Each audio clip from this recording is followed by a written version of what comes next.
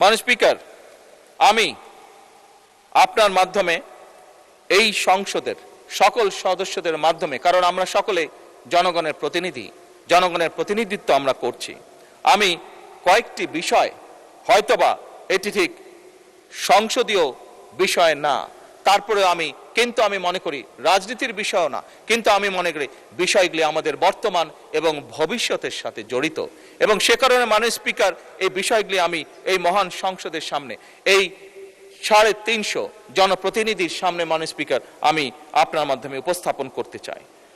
Speaker, দুর্নীতি, দুঃশাসন, স্বৈরাচার, ফ্যাসিবাদের কবলে পড়ে শুধু রাজনীতি, অর্থনীতি নয়, বরং আমাদের ধর্মীয়, খুব সম্ভবত মাননীয় বিরোধী দলীয় নেতা ওনার বক্তব্যে বিষয়টি উপস্থাপন করেছেন, ওনার সাথে একসাথে আমি উপস্থাপন করতে চাই। আমাদের ধর্মীয়, সামাজিক, সংস্কৃতি এবং পারিবারিক মূল্যবোধের মনে হয় অবক্ষয় ঘটেছে কিছু। মাননীয় স্পিকার, আমাদের এই মূল্যবোধকে ফিরিয়ে আনতে হবে, যে কোনো ভাবেই হোক না কেন। পারিবারিক যে মূল্যবোধ, সেটিকেও আমাদের ফিরিয়ে আনা অত্যন্ত জরুরি। মাননীয়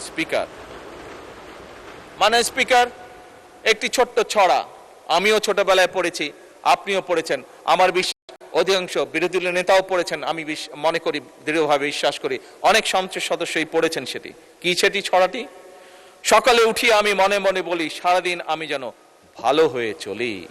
মাননীয় স্পিকার, আমাদের এই ছোটবেলার যে ছড়া বা কবিতা, যেই মূল্যবোধ, সেই মূল্যবোধ আমাদেরকে, এই সংসদকে যে কোনো মূল্যে ফিরিয়ে আনতে হবে। মাননীয় স্পিকার,